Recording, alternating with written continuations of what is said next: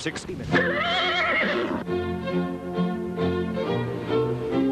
Well, there he is, Clary Connors. What a happy man to a very animated one there. Vigil, the winning horse. The Connections obviously about to rip the top off that bottle of champagne. Tremendous win there in race 2, the Great Western Stakes.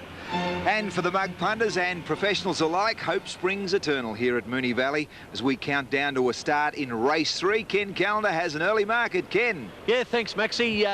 This is a good race, a 2,000-metre race for 3-year-olds. I like the Sydney-sided Donar. Let's have a look at these prices. TAB number 1 is Rivada at 5-2.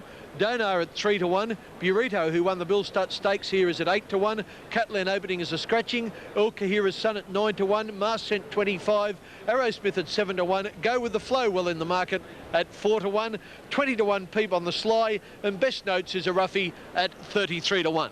I'm going for Donar, second in the Bill Stott Stakes. I think you'll be suited by the distance. Gary? Yes, he certainly will, Ken. He drops back. He ran against the older horses at Caulfield, but I like Rivada. I thought his run on the Caulfield Guineas was very good. Chased home our Masco. OK, Gary likes Rivada. I've gone for Donar. What say you, Simon O'Donnell? Well, Ken, what say I is I've got a couple of friends who have just arrived after a very busy morning. The football freaks, the king of the footy show, Eddie Maguire. How are you, Simon? Mate, the Valley, a great spot. It is sometimes, also known as Death Valley, of course, to people who come off the football season without too much preparation for the racing. But I like number 1 Rivada as well in this race, and I think it's going to be a race between Rivada and Donar, but one for the football followers. Kerry Good, who kicked the winning goal in the 1980 night grand final for North Melbourne, is part owner of Go With The Flow, and Wayne Richardson, the former Collingwood captain, Go With The Flow too. So I think that'll be my trifecta. Fair dinkum. The Cox Plate's coming up shortly. Trevor, welcome along, mate. Trouble with the eyes? It's just a bit bright out here at the Valley. Beautiful day. Conditions ideal for slaughtering the doe over the day. And we started off with a winner, Flavour in the first, and I thought Rivada was a pretty good thing here. So. A couple of football freaks agreeing on Rivada. I'm going to go with Donar. I'm with you, Kenny, but it's back to the central commentary position and Kenny Sutcliffe. Good on you. Thank you very much, lads. Jockeys come from all over Australia and New Zealand to chase the big money on offer at the Melbourne Spring Carnival. Yes, but one man with a fistful of top rides and who's very pleased to be on the home turf is Melbourne favourite Darren Gauci. Jeff Hutchison caught up with the talented Hoop.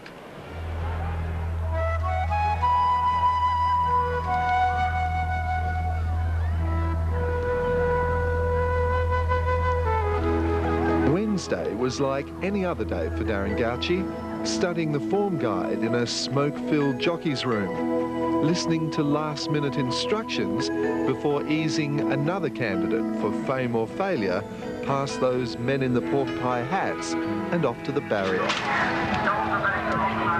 Today there is little fanfare about the man and his work, but it wasn't always so. Then it was another Jeff Murphy mount, which gave the 17-year-old star apprentice his first treble. This is now race. King Rhythm's going to bowl in, and King Rhythm is coming away for a very easy win. It's 4 wins for Darren Gauci. With 36 winners under his belt this season, Darren Gauci is Victoria's leading jockey. The Whiz Kid has had an incredible 12 months, rocketing to fame and fortune. If racing in the early 80s had a child star, Darren Gauci was it. The first apprentice to ride winners of more than $1 million. I didn't expect to ride as many winners as what I did so soon and so quickly. I was fortunate enough. I had support of like Jeff Murphy and have good stables behind me, and I was riding good horses. You've got to be on the good cattle, of course. And things seemed to happen, and the opportunities came where I was a free claiming apprentice, and it went on from there. But Melbourne's racing whiz kid, Darren Gauci, has confounded the experts this season. It must have happened so quickly for you. Was it pretty hard to keep some perspective on it all? Well, at the time, I was apprenticed to Frank King at Caulfield, and he made sure he kept me pretty busy, and I was focused on my work. And, like, you know, he was a good trainer for me. He was very good to me, and he kept me busy. And more or less said to me, don't worry what's read in the paper, just worry about what you're riding next. So he kept me in that frame of mind, kept me focused, which was good. I think everybody's biggest ambition as being a jockey is to ride a Melbourne Cup winner. Well, hopefully I can later on. Was it hard to kind of live up to all the hype that had gone round before? Well, it is difficult because once you sort of hit a standard, everybody expects you to stay at that standard, and it's very difficult staying there. I remember winning the premiership 3 times in a row in my apprentice years, and they said, well, I haven't won a premiership since, but I've always finished second or third. The child star had grown up in public, and that public had invested enormous expectations. Now in his 30th year, Darren Gauci is still trying to live up to them, still trying to win the trophies which will cement his fame. So you found fame a fairly fickle thing down the years? Well, that's right. You know, like you're on top one day, next day you're probably down a bit. As a young man, he had plenty of confidence and plenty of time to win a Melbourne Cup, a Cox Plate. But racing's school of hard knocks took away that innocence. The Gouch was brought down to earth.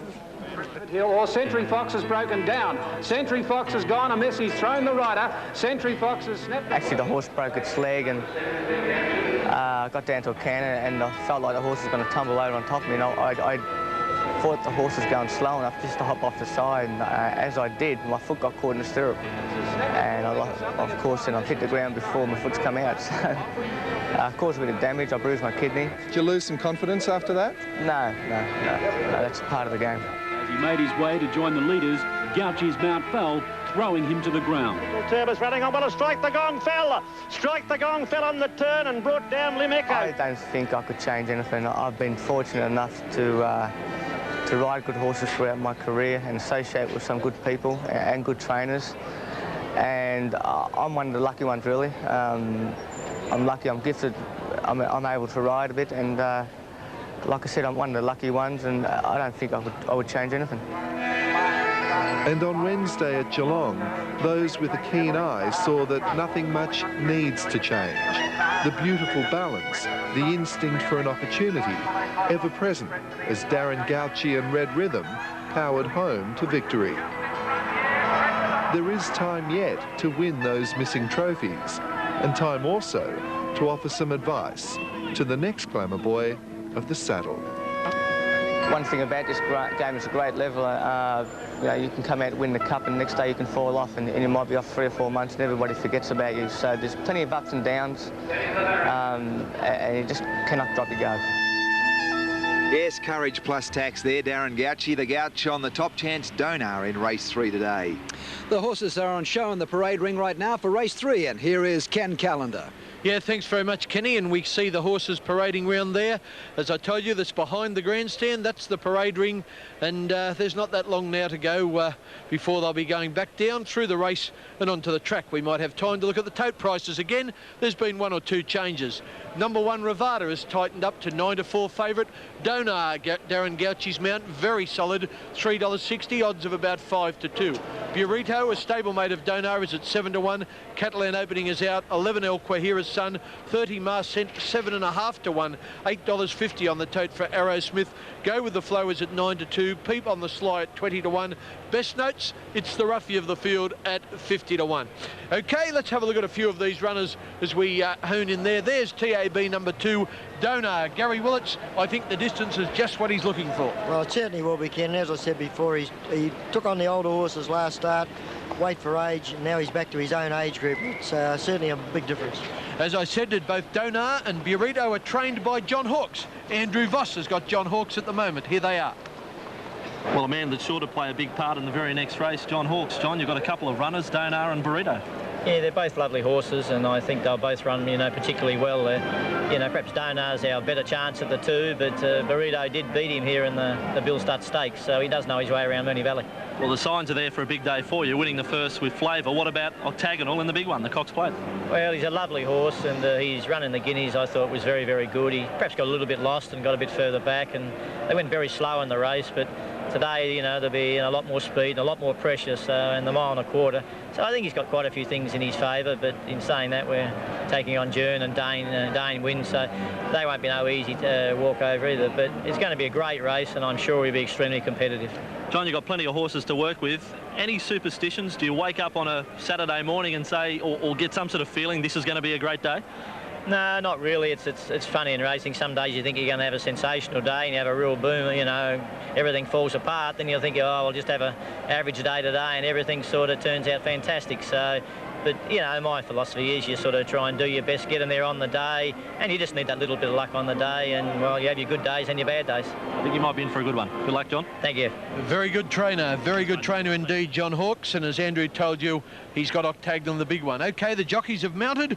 We'll see them come around in a moment. Simon O'Donnell, are you there?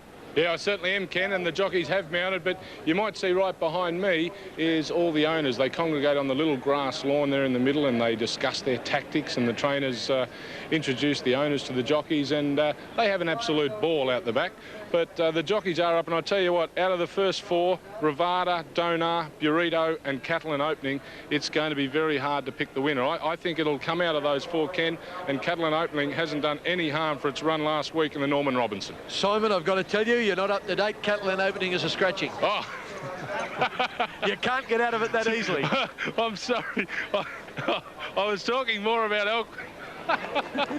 I'll just give you all the scratchings if you like.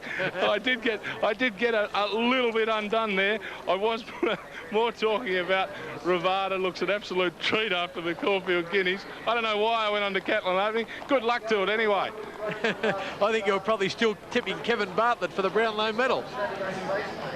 OK, there's Burrito in centre screen. Burrito, one of the two Johnny Hawkes mounts, racing in the second set of colours of the Ingham brothers, black with a white star and a white cap. Brian York is riding Burrito, and Gary, he looks well too. Yeah, he'll run very well. He actually beat Your Choice Home Donar here. In the Bill Stutt Stakes. Yeah, it was a very good win. I saw that on video this morning, and he certainly went the line good. I think the track's a bit harder today, and Burrito doesn't mind the edge off it. There's the top weight, Rivada by a Biscay stallion, Rave Report.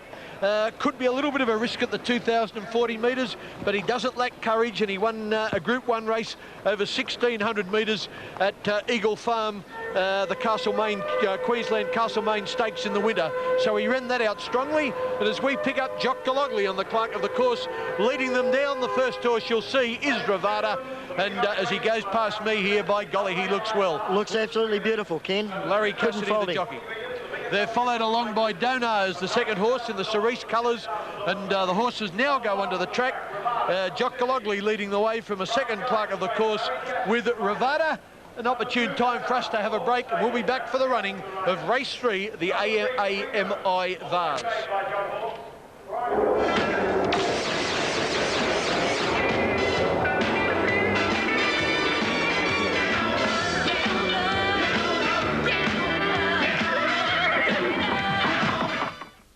In the road.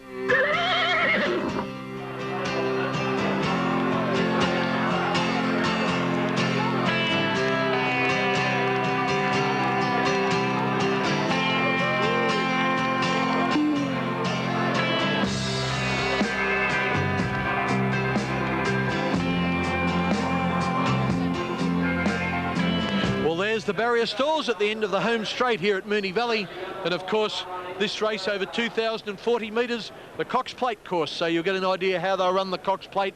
They get to the winning post about 300 metres away or 260 metres away, and then they've got a lap of Moonee Valley to go, and that's how they'll go in this race, the AAMI Vase for 3-year-olds. Number 1 for Rivada, a clear favourite at 2-1, Larry Cassidy the jockey. Donar has held his place very, very well, come in a fraction more, in to $3.30, or odds of 9-4. The first three have all held their place. 11-2 Burritos, $6.70, odds of just better than 11-2. The others have blown. Catalan Opening is out. Simon's noted that. El Quahira's Son at 14-1. Marcent at 33-1. 8-1 Aerosmith. Go with the Flow at 11-2 or 5.5-1. Peep on the Sly at 25-1. And Best Notes at 66-1. Right, the horses are behind the stalls. Jock Galogly, what do you think? Oh, Ken, look, this race has been a really good pointer, though. You know, VRC and AJC Derby winners and place getters over the years, and I'm right near one now. Oh, boy, does he look the part. Number 2, Donar. Very relaxed, long-striding bloke. He's going to have no trouble here coping, and he's my top pick by far. Brian Guy's horse has been turned out in sensational order. He just hasn't got a care in the world, Rivada, and a big roughie. Number 7, Aerosmith. But Donar for me, Kenny. Rivada, Aerosmith, mate. Yeah, I think Donar's only problem's his barrier. I won't have time to cross to Gary. They're almost all in. Johnny Tapp's getting ready. Take it away, John. Good on you, Ken. The AMI Vase, Group 3, 2,040 metres, as you said. The Cox Plate starting point. Look at that sunshine streaming down as these runners move up. Only 2 or 3 to come into line now, and they'll be ready for the Amy Vase. We've had a massive influx of cars into the 2 infield car parks, both of which are that close to full that it's not funny, and the locals tell me that we're looking at a crowd of 30,000 plus. Off and running in the Amy Vase. Burrito jumped awkwardly. He's last to leave the gate. Ravada from the inside stall is the first out. Marcent began well, and so did Best Notes. El Quahira's Son is wider out on the track in the black and red checkered colours. Close behind those now, Burrito got a lovely run through the field after that slow start. He's going to settle 4th on the fence. Good ride there by Brian York. Just behind those, Donar on the outside of Go With The Flow, followed by Peep on the Sly and Aerosmith on the outside as last as they head past the mile pole at a muddling speed. Best Notes pulled his way to a lead of a length and a half over Ravada. Burrito continues to improve along the fences in the box seat now, and he arches the neck, Burrito, followed closely by Marcent on the outside. El Quahira's Son is next, and then Go With The Flow on the inside rail, followed by Donar. Second last being Peep on the Sly, and Aerosmith is back at the tail as they sweep to the back of the course. Best Notes is joined now by Burrito. Brian York not happy with the pace, and he allows Burrito to quicken and whip around the outside and take up the running at the 1,000 mark. Burrito, the second runner owned by the Woodland Stud Group, is in front by 2.5 now as they head down the back. Ravada is moving to 3rd. El Quahira's Son is 4th on the outside of Marcent, followed by Donar. Then Go With The Flow and Peep on the Sly, and Aerosmith is back at the tail and travelling 3 wide at the 800 mark. Burrito steadied again by York. Best Notes again got to within 3/4 of a length of that leader. 2 away Ravada, who's had a lovely run. Marcent on the fence, out deep with the red cap as El Quahira's Son. Just behind those, Go With The Flow as they start to bunch up. Donar in the all cerise colours is only 5 lengths off the lead, but he'll have to go pretty wide from Peep on the Sly, and Aerosmith last at about 7 lengths, covers the field as they near the turn. 400 metres out, Burrito being tackled by Best Notes. El Quahira's Son whipping around the outside. Ravada was left flat-footed when they quickened. He looks to be struggling, and here comes Donar. Donar right around the outside. El Quahira's Son hit the lead, straightening up. Donar's after him quickly. Burrito battling on, but Donar takes the lead 100 out, and here's a double coming up for the Woodland Stud Group as Donar charges to the line full of running. Peep on the Sly flew home to get second. El Quahira's Son 3rd. Then Aerosmith and Burrito, followed by Ravada, disappointing from Go With The Flow. Marcent and Best Notes has dropped out to run last in the Amy Vase. Well, this augurs well for Octagonal's chances in the WS Cox Plate, because the Chicken Kings, Jack and Bob Ingham, have really got their eye in. They won the first with Flavour, and now the Amy Vase with Donar, both horses ridden by Darren Gauci. Donar's going to pay $3.10 and $1.20. Second, the fast finishing Peep on the Sly will pay a place dividend of $4.40. And third will be number 5, El Quahira's Son, a place dividend of $3.40.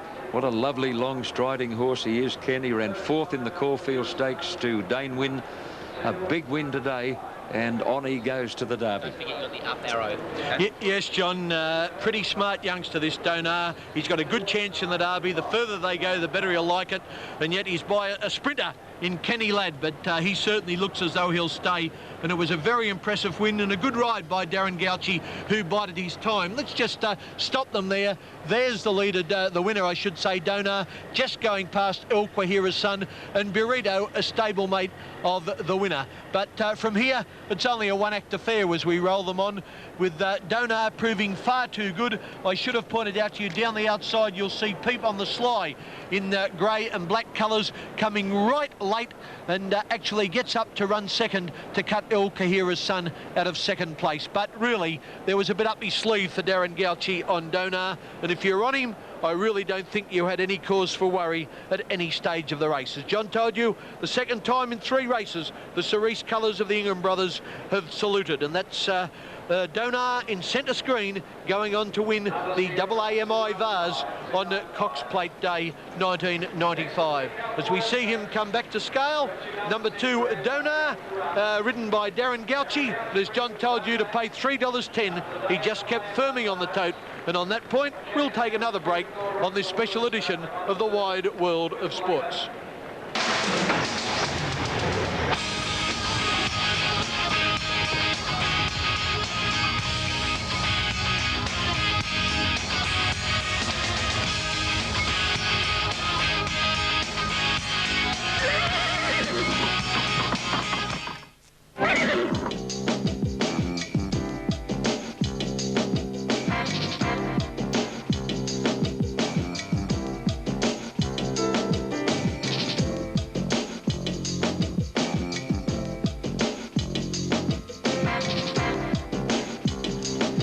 Back at Moonee Valley, race 3, the AMI Vars. That was the race just run, and Donar paid $3.10 and $1.20. Peep on the Sly paid $4.40, and El Kahir's Son $3.40, the Victorian dividends. Yes, the Gouch doing a job on Donar there. OK, they're short in stature, but not on courage and skill. Of course, we're talking about the jockeys. Between each race, they return to the jockeys' room to change their silks, collect their thoughts and quietly plot their strategies. Let's take a look inside this inner sanctum of the game. If we go through here, we'll go and find Damien Oliver and see what he thinks about Damon. He pinched the ride off me, but never mind, that's racing. I might still be on the best horse in the race. Down here we go, we'll find him. Damien, how did you pinch my ride? Oh, geez, I've got to be good to get off you, don't I? Damien's chances. Do you think barrier 1 is going to help him or not? Well, I suppose we'll know at about the 600-metre mark, you know. He's got to be looked to be getting off the fence, I suppose, at some stage along the side there, and we'll know whether it's an advantage or a disadvantage by then, I suppose. The new track, do you think it's better now, or is it worse, the surface? I don't think it really mattered. I'm probably a better believer in natural grass. I think it's a lot better, but the track there today is perfect. There shouldn't be any excuses for any of the horses. OK, now through here we'll just have a quick look. Darren Gouchy. Darren Gouchy was meant to ride octagonal. He's a little bit heavy, so I'm on him, and he's on station hand. Can he win? Which one? Station hand. Station hand? Like I said, Joe, I'm a contender. I'm a chance. OK, that's Darren Gouchy. Over there we have Mick Dittman, the one and only, the greatest rider there is. Mick is on my horse, Stony Bay, and he's got a chance too. So that's the jockey's room. I'm falling over everything. I hope you enjoyed it. Yeah. See you next time. Everybody's on his horse. I tell you what, I hope he's not on a donkey. Of course, we'll see a few of them in action in race 4 a little later on. Not the donkeys, those jockeys. Ken Callender has an early market on the event. Yeah, thanks very much, Kenny. I'm actually just getting the prices up. They've only just gone up on the board. Number 1, Moss Rocket, is a hot favourite at 5-4, showing at $2.20. Sequalo is an 8-1 chance. Plenty of speed, Sequalo, but I doubt his prospects here. Poetic King is best back to beat the favourite. TAB number 3. Poetic King is at 3-1. Number 4, Fighter Bay, a 33-1 chance. Chief De Beers from Brisbane, a little bit of a tip today, showing at $5.70, odds of around about 9-2. Grand Bay is a scratching. Tishan Moon got plenty of speed, but they say might get a stitch, is at 25-1. Aussie Cozzy, another one with plenty of speed, but I think she too will get a stitch. She's at 20-1, and the bottom one here, Quality Gold, is at 11-1. I've just got them up in time, but I'm certainly tipping the favourite, Moss Rocket. I think he'll be too good. He killed them in the Churnside Stakes at Caulfield. And Gary, you're not going to tip against him, surely? No, I certainly can't, Ken, but the only thing I've been looking is you're setting the prices. Poetic King has had 6 starts over the 1,000 metres and won the 6 of them. Yeah, and he goes good at Moonee Valley, so he's a track and distance specialist, but I reckon Moss Rocket will give him the stitch. Simon O'Donnell, what do you say? Well, I say keep an eye on the scratchings, Ken. That's the main thing I say. Fair Nick. I still tip the winner, and I tip the scratching as well. How good am I going? Live tally, it's fantastic. Well, talking of live tally, a man that's a genius at it. Trev, what do you think of the next? Almost lifelike. As we speak, I thought number 1, Moss Rocket, goes like a scalded cat, this thing. Visitor from Sydney, and I thought the only danger was the 3, Poetic King. He's a top-line horse, 6 starts at the distance for 6 wins. Not much to complain about there, so 1 and 3 are mine. Earth ridden already, poor old Moss Rocket, Ed. Yes, well, I'm going for my usual tip for second place, Poetic King, because I'm the master of picking the second place horse in this in racing. There's no worries about that. But actually, I like Moss Rocket and Poetic King. But for a bit of value and a trifecta, I reckon old Quality Gold. Throw Quality Gold in there. So my trifecta, 1, 3 and 9 in this one, Simon. Is throwing the bottom weight in political, like the Williams and Packer own it? No, I'm not doing anything right this time, mate. I'm just looking to recoup some money at the moment because I'm just about going out the back door at the moment, backwards and quickly. Thanks, fellas.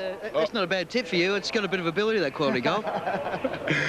Thanks a lot. I'm on Moss Rocket. It's been earth ridden by 2 of us. Eddie likes Poetic King. Maxie, it's back to you. What a quality trifecta. Now, at the conclusion of today's show... And the prizes after the AMI Vars, and that is the AMI Vars. The last race here at Moonee Valley, race 3, and the horse ridden by Darren Gouchy, Donar. Well done, and I tell you what, it's a terrific horse, and it was a terrific run there. Yes, the Gouch is in form. This time of the year in Melbourne brings out the best racing has to offer. The prospect of top horses in action brings the big crowds to the track. Among the racing personalities, names like Friedman, Waterhouse and Cummings take centre stage. Then, of course, there's the jockeys. Yes, the jockeys. With so much at stake, the hoops are in the hot seat more than ever. During the week, our reporter Andrew Voss set out to learn what it's like to be a young jockey. And as you'll see, I think he got a little carried away by it all. The thrill of riding a thoroughbred. Most of us can only imagine what it would be like. It's a job not without risk, but for the best, it can provide sizable reward. They say jockeys are born, not made. I had a shot at proving them wrong. This is my story. Come on, boy. Come on. Come on, come on. Come on, boy. Go on, Zippy. Dad, I want to be a jockey. I want to be a jockey. I'm sick of television. Son, you're being absolutely ridiculous. Look at you. You're 13 stone, you're 6'1". It's ridiculous. But, Dad, I want to be a jockey just like you were. I want to make you proud of me. Wake up to yourself, son. Dad! Look at you. Dad! Dad! Dad! Dad! I'll show you.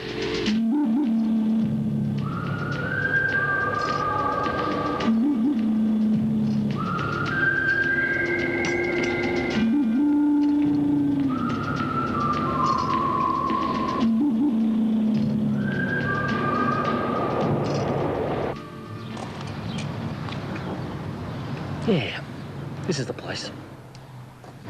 Ron, you're the man I need to see. I'm here to be a jockey. Beg your pardon? I want to be a jockey. Dressed like that? Don't all riders dress like this? Oh, you're kidding. Brad, take this fella. Be careful with the whip and show him the ropes, will you? Beauty, Ron. Thanks, Ron. We'll be right, Brad. Here we go.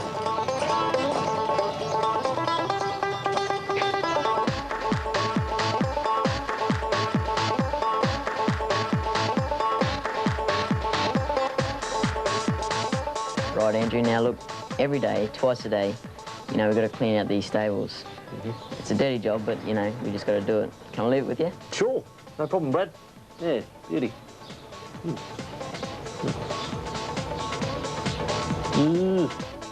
So, grooming, what's the story there? Yeah, Andrew, we groom the horse like once a day, every morning, and keeps them looking good. They feel good, and yeah. All right, I'll give that a go. I'll give you the reins. No drama there. Grooming. Yes. No, Andrew, no. Righto, Andrew, feeding. We feed them twice a day. It's pretty important, like different stages in their preparations, we all give them different feeds.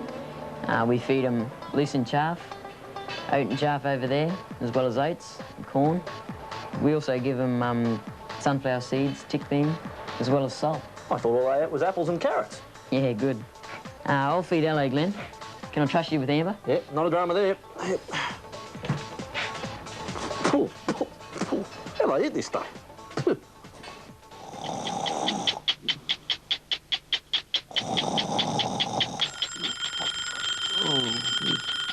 Come on, Andrew. You're right. Quarter to 4, mate. Time for track work. What? Come on, it's your first day. Ron will kill you if you're not there. Oh, tell him I'm sick. God, jockeys. Morning, boys. Welcome to Apprentice School. This morning we've got another apprentice in our midst. Andrew, I want you to make him welcome. No, yeah, thanks, guys. Beauty. Thank you. Today we're going to talk about the use of the whip. I want you to think about the whip. I just want you to think about the whip. Think about the whip as hard as you can. Andrew. Good bit of work, this, the mechanical horse. Yeah, mate, yeah, it's good for us apprentices. Like, it's very beneficial, like, for our technique, whip riding and all that, yeah. You can give it a good cut with a whip? Sure can. But it won't bolt? No, I'll tell you this, mate, you can't come off this. All right, well, start me up. Right, I'm ready. First at Randwick, they're all set. Come on. Don't do anything silly. Woo! Yeah, nothing silly. I got this under control.